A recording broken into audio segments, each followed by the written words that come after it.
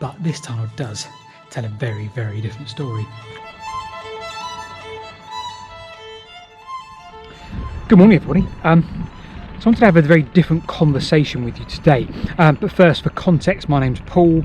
Ahead of me is the Gelding Country Park. Now, for those of you local to Nottinghamshire, Nottingham, you'll know exactly what I'm doing today. So the conversation I wanted to have with you was about tunnels and how dangerous tunnels are, the potential dangers, and people's perceptions of that sort of exploration and history. So bear with me today because I've got a little bit of waffle coming at you.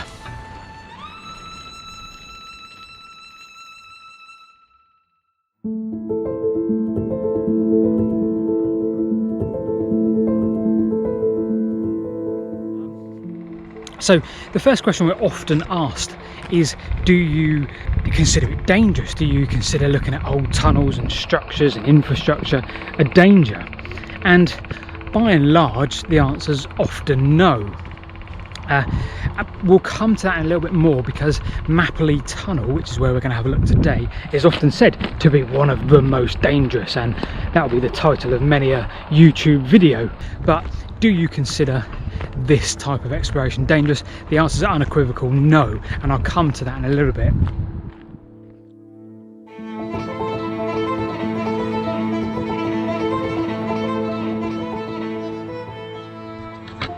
Thought I'd got my bearings wrong for a minute because there's a big edge down there, a big cutting.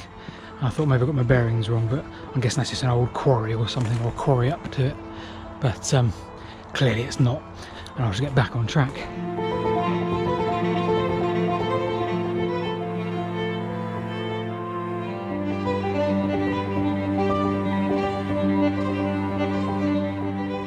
So the next question we're often asked and we often talk about are the rights and wrongs of going into an abandoned tunnel, or trying to get a picture of something that is sort of long forgotten, a piece of infrastructure that's 200 years old, 150 years old.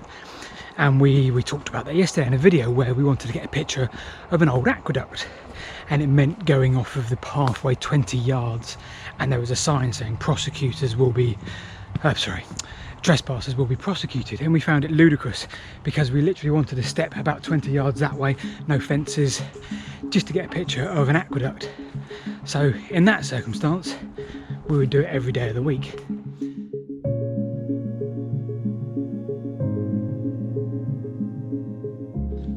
So I'm now in the right cutting. I can see a tunnel up ahead of me. Now obviously, because we talk to a lot of other people that do similar things to us, I once asked somebody, what do you feel about going into tunnels that could obviously be deemed as trespassing, or could be deemed as not being the right thing to do? And they came back with a very philosophical quote. If the worst criminal in our society was somebody that wanted to explore old infrastructure and take pictures, then we'd probably live in a very healthy and good society. And ever since that point, I've kind of lived by that as a rule of thumb. We're not doing anybody any harm. We aren't putting ourselves in any more danger than what we would do by going for other walks wherever we would go. And that leads me to the next conversation again: how dangerous are tunnels?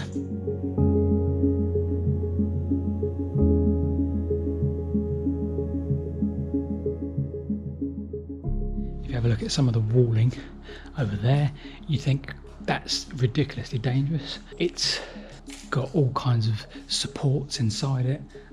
Bits of brick have obviously fallen here, but my assumption is that's largely down to kids. And it's being held up by a pillar wide of about four or five bricks there. But again, it shows you the integrity of the tunnel, even withstanding the significant damage. So I've tried to paint this picture of how tunnels aren't dangerous. I've tried to paint you this picture of how the structures, despite being years and years old, are completely fine. So as I entered Mapperley Tunnel, I'm very much aware that the picture holds true for every tunnel that I've ever entered. Air quality would of course be my main concern, but in a brick-lined, well-ventilated tunnel, the main thing you really need to worry about is your footing.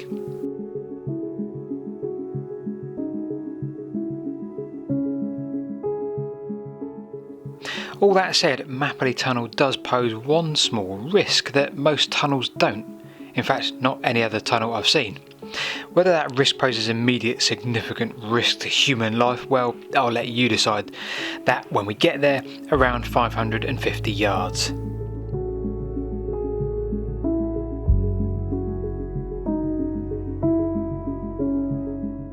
As I continue on foot, I notice how foggy that it was becoming. The beam of this torch is normally pretty good, but all it seemed to do was highlight the fog and not give any real sense of the distance here. A quick turnaround, seemingly to check the entrance was still there. It was.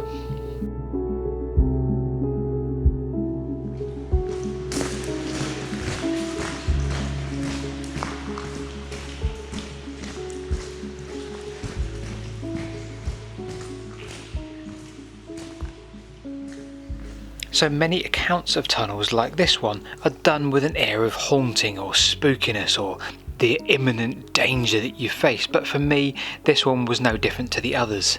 The sheer size and wonder of the tunnel, the awe of the engineers and the navvies that constructed its vastness, they leave my mind full of peaceful thoughts. As I carried on my journey, my mind kept getting lost, aside the odd occasion when I heard a noise at the mouth.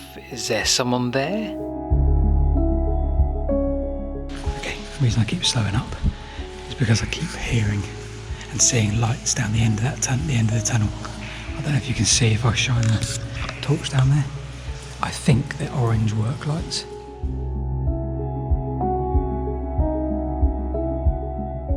Must be the workers. Onwards. There is a lot to see in the tunnel. The refuges are plentiful, including this one, which has seen more calcite deposits than I can recall seeing since Grinkle Tunnel in North Yorkshire. There is also plentiful amounts of rail memorabilia, coach buffers, chairs, sleepers, you name it, it's all here. Onwards, and my mind is once again thinking about how we could use this incredible Victorian structure for the good of the community.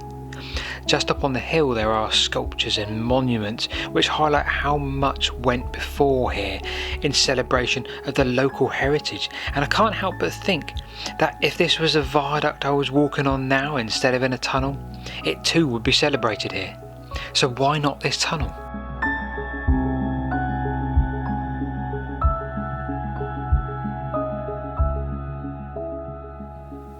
Waffle over, one last check behind, and I think we're soon approaching the stack.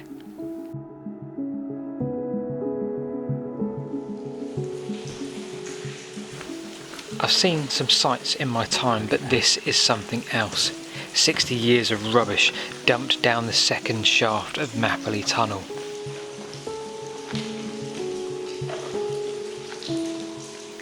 Beyond the stack is infill and the remainder of the tunnel.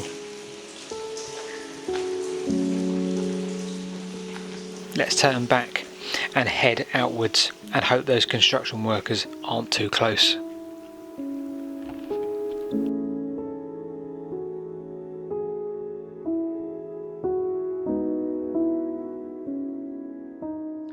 So that was Mapperley Tunnel. I'm back out in the cutting now, back out in the open, thank goodness for that.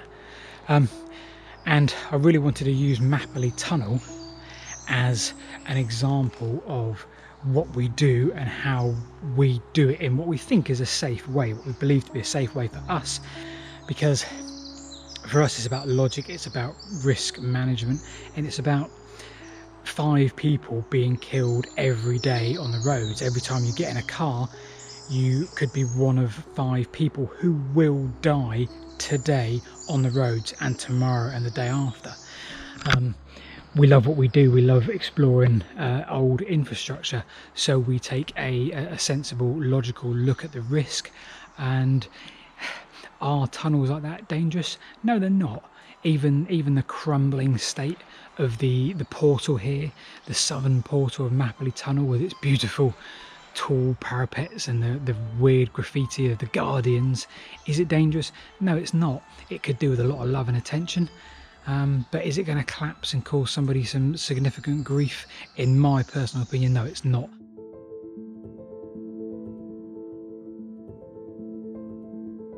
In terms of the other thing we wanted to discuss, the trespassing issue, well, again, our rule of thumb on this channel is we don't try and trespass, and that's where you know, we want to be taken seriously. We want to be taken seriously as people that are giving historical vlogs, and to do that, I think you need to come across with less of an urbex mind, more of a historical presentation, and that's difficult to do if you're being stupid, breaking into places, climbing fences. It's not the right thing to do if you want to be taken seriously. We want to be taken seriously, so we try and respect people's property, and yeah.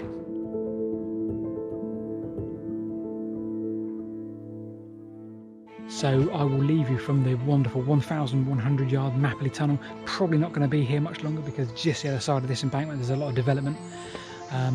So hopefully we've got some good pictures to show you as well. I say good pictures, we're not photographers, I'm not a photographer. But anyway, in the meantime, I'm going to head back that way. Appreciate you watching, appreciate you taking the time to click and look at this video. If you do, click on subscribe, because we do all sorts of videos like this. Abandoned railways, abandoned canals, old routes, anything that sort of sticks in our net. But take care.